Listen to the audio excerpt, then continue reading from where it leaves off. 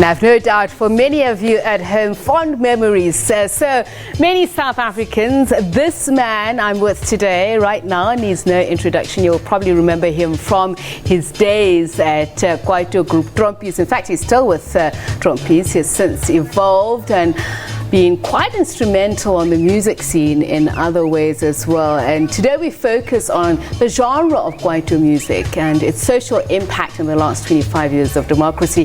President of the South African Music Industry Council, Eugene Mthethwa, is in the studio with me. Welcome. And you could see some of my colleagues here, they just couldn't help themselves taken by the rhythm of Trompies.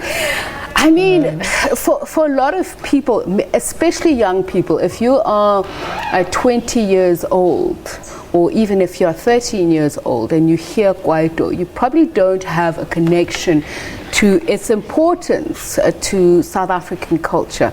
Tell us a little bit more about why it's significant for those who don't know.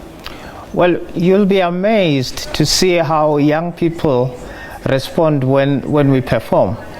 The 18-year-olds, they would sing our songs word by word, and I would be surprised. Where did they learn the songs from? Because, I mean, they're too young. Others were not born when we started. But it just shows how powerful this music is. It's just a myth that those that are saying, it is dead, it is dead. Let me bring this to your attention.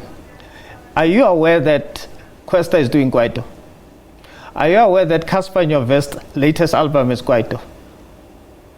So they're going back to that because they realize that this is the theme. But what is Kwaito? I mean, there's people who say the meaning comes from this or comes from that, but it was a social movement in the early 90s, especially on the outset of democracy coming out of apartheid, where young urban black people started this movement.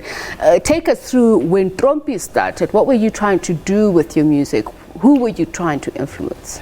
Well, there's a beautiful story that I'm going to be telling South Africa through lectures. I'm going to be doing lectures on Kwaito because there's a story that has never been told of its revolution, that we were demystifying certain things, you know, the myths around the fact that when you are wearing All-Star and Sporty, you are a thug. And we wanted to change that perception. We're dealing with perceptions. Secondly, we were saying it is Freedom Day. We are reclaiming what was ours. The streets, you wonder why we introduced Kwaito through street bashes. We would just close the street, this side and that side, so that the taxi drivers would go around because they had taken our streets away from us. The only place we had to play our games, Ingeto, Amatare, tennis, ball, they had taken that through the black on black confrontation, the taxi violence when they were shooting each other. We couldn't go and play in the streets anymore. So post 1994, we're reclaiming that. And we were saying, we are free.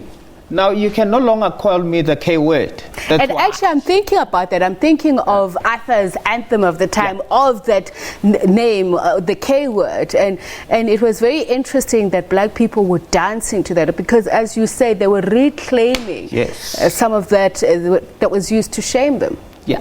We were reclaiming even the airwaves. Remember that we had a period where foreign content dominated our airwaves. But 1994, we dominated the airways. You would not have a party without Kwaito. It would never be a party.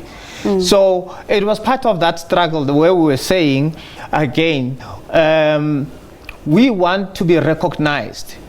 And we were also, at the same time, listening to the messages that were coming, the political messages that were aligning us as young people out of the myth that we thought democracy is saying, now you can grab somebody's house, it's for free.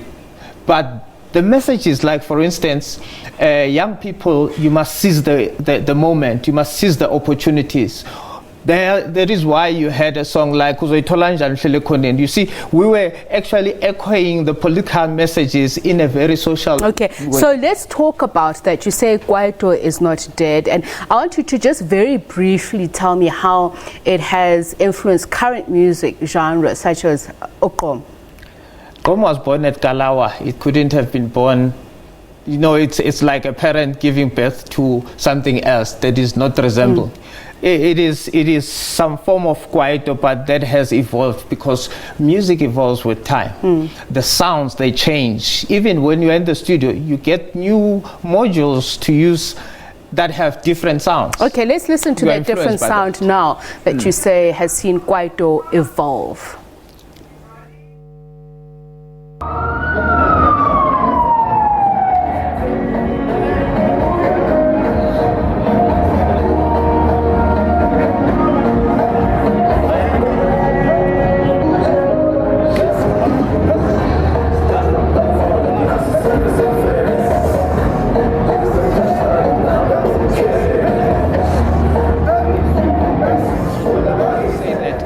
It is available on iTunes. But what they actually are saying is that South Africans can download it on iTunes. Not Americans, not Russians, not India can download it, because you would agree, for one to be able to like the music, they must have heard the music on radios. But the airwaves outside our country are not receptive to our music. And for many years, we have failed to export our music because of that. Now, we thought with my partner, I've got a partner, Paul Murphy, who is the founder of Bokwa. It's a fitness program that uses music. You dance. We say that you sweat the alphabets and you dance the digits. But what we've been using techno music so that the world embraces it. So that's boxing movement infused with Kwaito music. Yes, it is influenced by Kwaito music. But as I say, that for the world to embrace it, we had to use techno music so that now they are living it. You Google Bokwa Russia, Bokwa India, Bokwa Korea, Japan, Bokwa is there. Bokwa is a South African product. As you have seen there, that those are Americans and wearing t-shirts with Africa and a South African. We are actually raising the South African flag globally. And for the first time, we have released a sequence that has been downloaded by over 60,000 instructors all over the world with only South African content. As we speak, the world is dancing to our Kwaito, our content. Speaking of Kwaito, just a quick one, final one. Eugene, I believe that Trompies is back in studio. Exciting stuff for fans. Tell us about that. Why are you dishing out secrets? Yes, we are back in the studio because we've always had this demand. People have been saying, please, at least one album. So we realized that, there's nothing out there that matches what we used to do. That's what they say, that they are tired of what they are hearing. So they want the real stuff, and Trompies is bringing back the real stuff. Thank you very much, Eugene Mthethwa, member of Trompies. And as you heard him say, they are back in the studio. He's performing today at a Vava's J event in Menlyn Park today. We'll be back after the break.